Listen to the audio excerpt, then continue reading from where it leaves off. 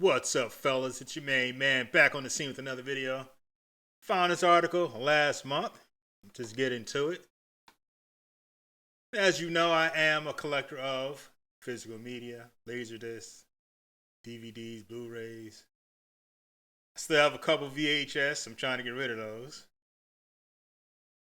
I like physical media because you can watch what you want when you feel like it. Like on the streaming services, they may have something this month, the next month, it's not there. Or they may alter the version. So I like to own my stuff. I used to get into it with my cousin's father about that. He was like, why not you just rent it? I want to own my stuff. You rent yours and I'll buy mine. And there's always a downside to either position or a trade-off, as you will. With collecting, space is the problem, because eventually you will run out of space. For all collectors, there is an end of the road. Eventually, you're just going to have to, that's it. And with streaming media, what you want may disappear, or again, they may alter it, and you have that monthly bill for all those services. There's always a trade-off somewhere.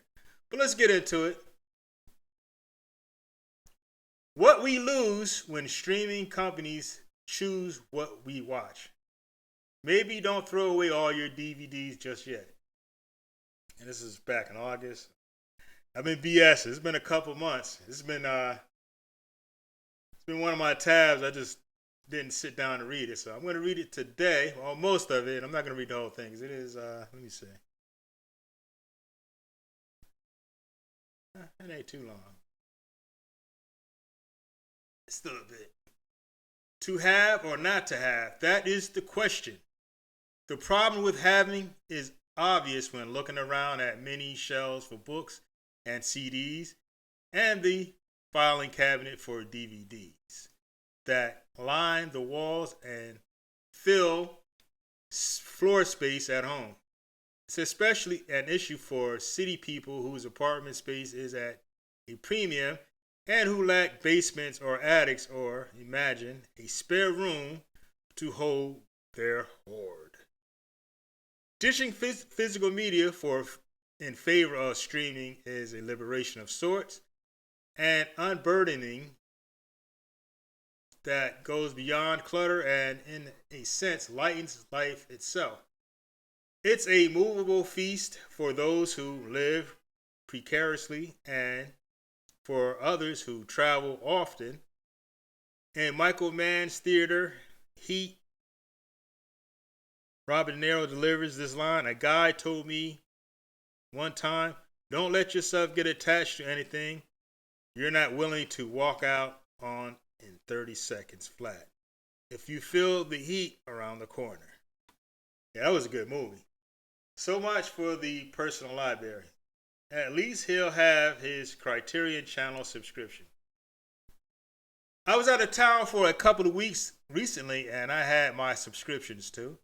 The permanent smorgasbord of streaming services, whether movies, music, or music, is a diabolical temptation. Curiosity is easy to satisfy, at least within the wide limits of what's available. Moreover, I'm getting tongue-tied, a month subscription of the Criterion Channel costs less than the purchase of any one Criterion Collection disc while offering access to hundreds of classics. Even a small basketful of various subscriptions would likely add up to less than one might easily spend on a batch of CDs or DVDs or Blu-rays, not to mention the devices to play them on. That's an advantage in that area. Not only is streaming a good deal, as suggested by the surprising news this week, even as Netflix is ending its original DVD by mail service that Bob Iger, the CEO of Disney, is contemplating restoring physical media to the company's offering. That's the money thing. I think they lose. They're not making the money that they did when they had for strictly physical media. I don't know. I'm just guessing that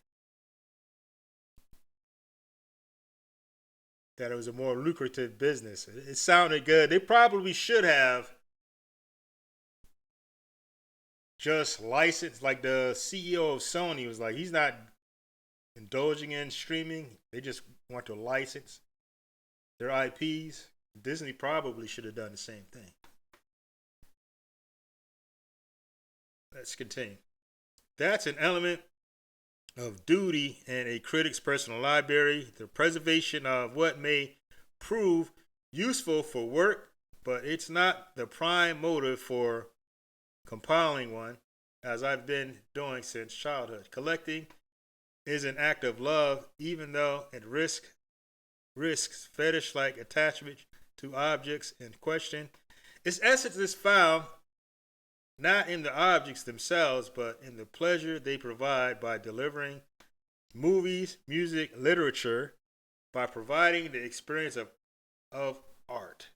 Yet the experience of art is above all an experience, a part of life, and just as the arts are more than mere nutrients, the medium is more than a delivery system. It has an aesthetic and psychology of its own. The prime factor of home video is control, and it's the struggle for control between corporate entities and individual viewers that's a play in the shift from physical media to streaming.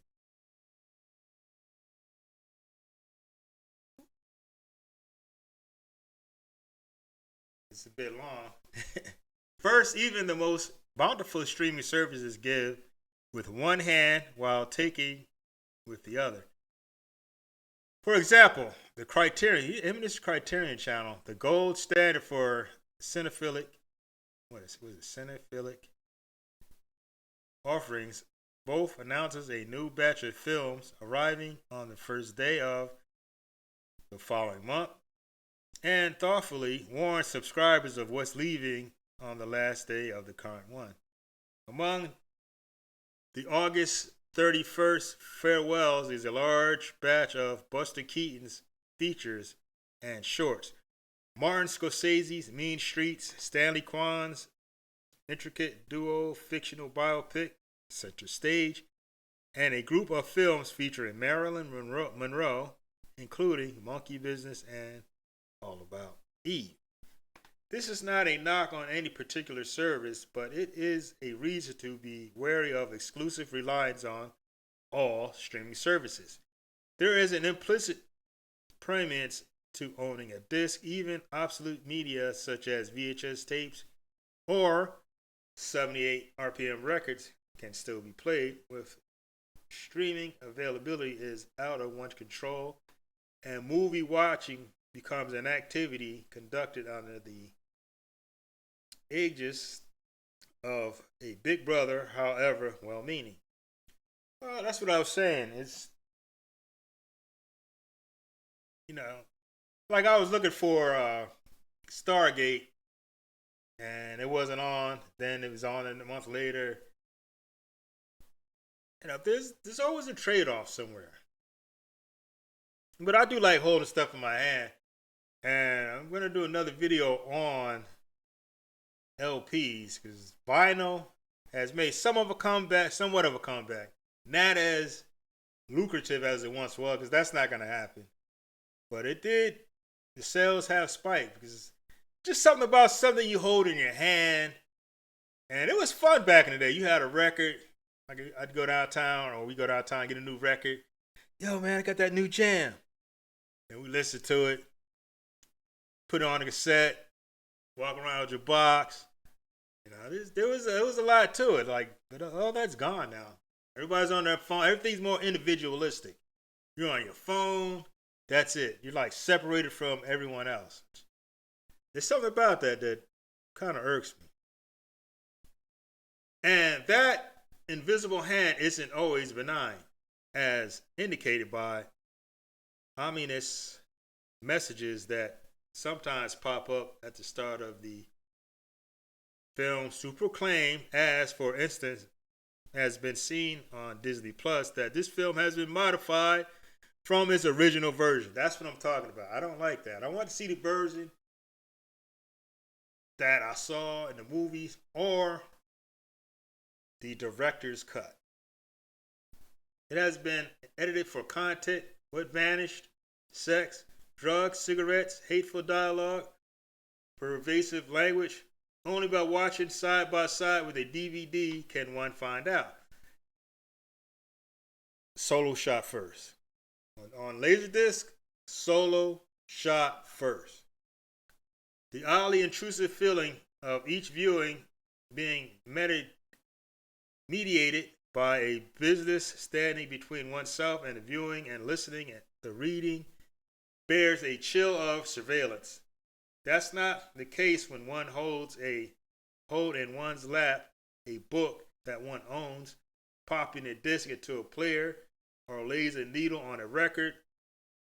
Along with the specific aesthetic of movies one views, there's an economic aesthetic at work too. In each type of transaction, having a movie in hand that's paid for once, or paying forever and owning nothing but memories and promises. Yeah, that's, I guess, whatever works for you. Me, I like to own my stuff. I want to pick up something, like, I don't have one nearby, like a LaserDisc.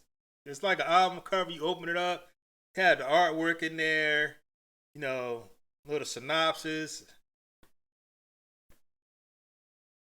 It's just, I like, I think with Blu-rays, every Blu-ray should have a director's cut and special features. They want to keep it going.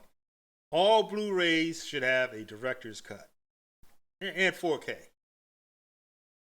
But I'm not going to read all this, guys. Oh, it's almost at the end anyway. I'll link it below. Yeah, I like to own my stuff. And I guys like to say maybe the streaming might be cheaper. It depends on how many services you have. Because you have Netflix and Max, Disney Plus, and Paramount, and all that stuff. It's like the same problem that I was trying to get away from with cable. They recreated it with streaming services. I'm not down with that. But anyways, guys, I'm gonna wrap this one up. I am a physical media man. I guess whatever floats your boat. I can't criticize. I'm gonna wrap it up here. Drop a comment below. Like, share, subscribe, and I'll see you fellas in the next video. Peace.